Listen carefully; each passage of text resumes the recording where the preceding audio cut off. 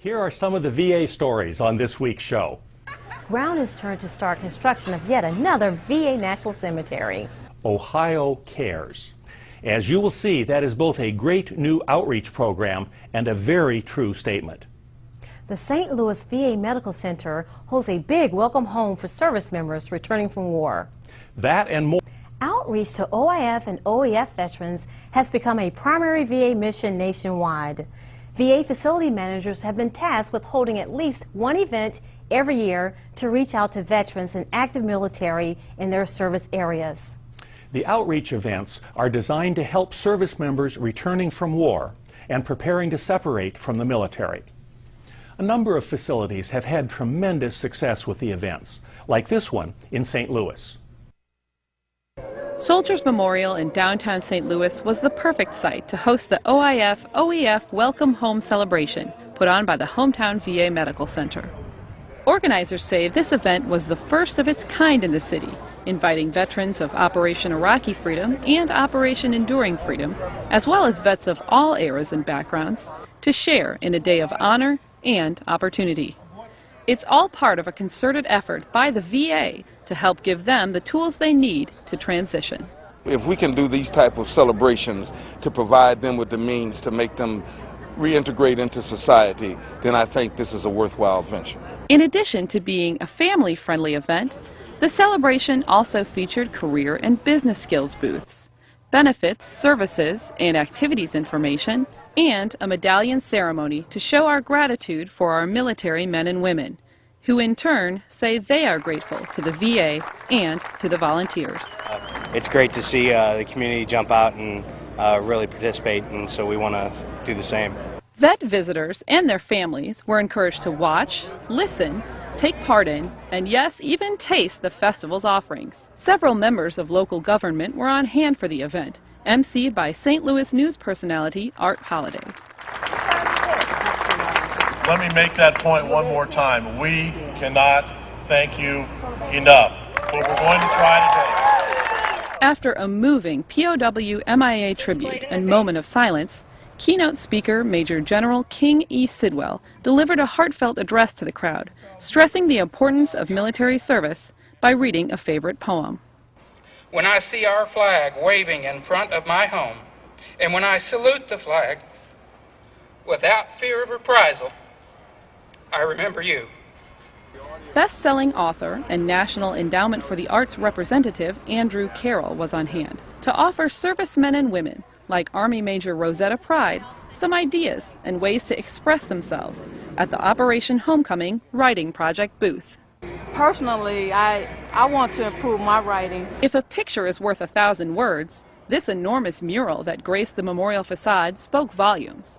The artist that created the colorful 80-foot-long banner depicting specific scenes and heroes of past wars says he was especially proud to have his work displayed in this setting. My family's been in the military, I got history, and I just knew to make people happy and touch them. For event workers who also happen to be OIF-OEF vets, this day held special meaning as they got an opportunity to reach out to the same vets they were honored alongside.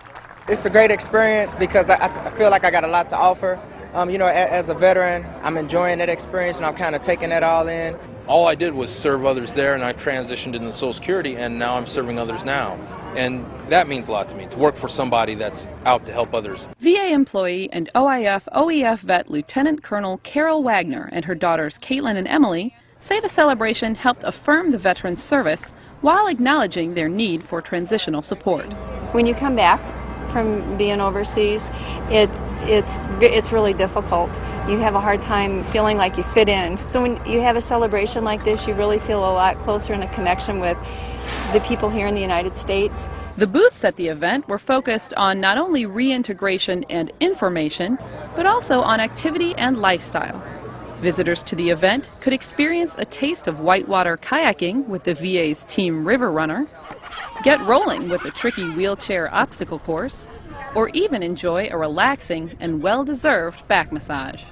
Encouraged by the wonderful turnout and great weather of today's event, Organizers here say that they hope that this celebration is just the first of many. Next year, I hope to have 150, 200 OEF, OIF veterans. Even if we only help one veteran, then this celebration has been worthwhile. It's a really good day. Yeah, it was fun. In St. Louis, for VA News, I'm Ann Heyer. Our thanks to Ann Heyer and John Hayes with the Employee Education System Resource Center at the Jefferson Barracks VA Medical Center in St. Louis. That's our friend with his back to the camera, World War I survivor, project creator, and photographer David DeYoung, getting even more photos of another friend, Frank Buckles. The two are at the National World War I Museum in Kansas City over the Memorial Day weekend.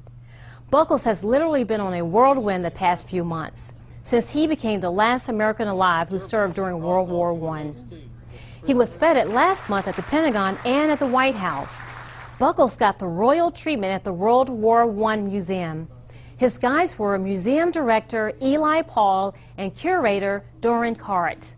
Mine has leather in here. It does. And it surprised me how good condition it is after all these years. Well, it held up pretty well. Yeah. They made them pretty well for you all. Yeah. And I'm fortunate to have my uniform that I had made for me. I was a well-dressed soldier. While in Kansas City, Mr. Buckles was thrilled to take a tour of the U.S. World War I Commanding General John Pershing's home. After leaving Kansas City, DeYoung was off to get photos of the last 3 World War I veterans in Great Britain, and he plans to go on to photograph the few remaining in other European countries. Congratulations to Peggy Thames, VA's Deputy Chief Prosthetics and Clinical Logistics Officer. Ms. Thames recently received an Alley Award from the Committee for Purchase from People Who Are Blind or Severely Disabled for her long-term dedication and outstanding support of the Ability One program. The Alley Award is given annually to an individual who provides extraordinary achievement and sustained effort in utilizing the federal procurement system to create employment and training opportunities for blind or severely disabled people under the Ability One program.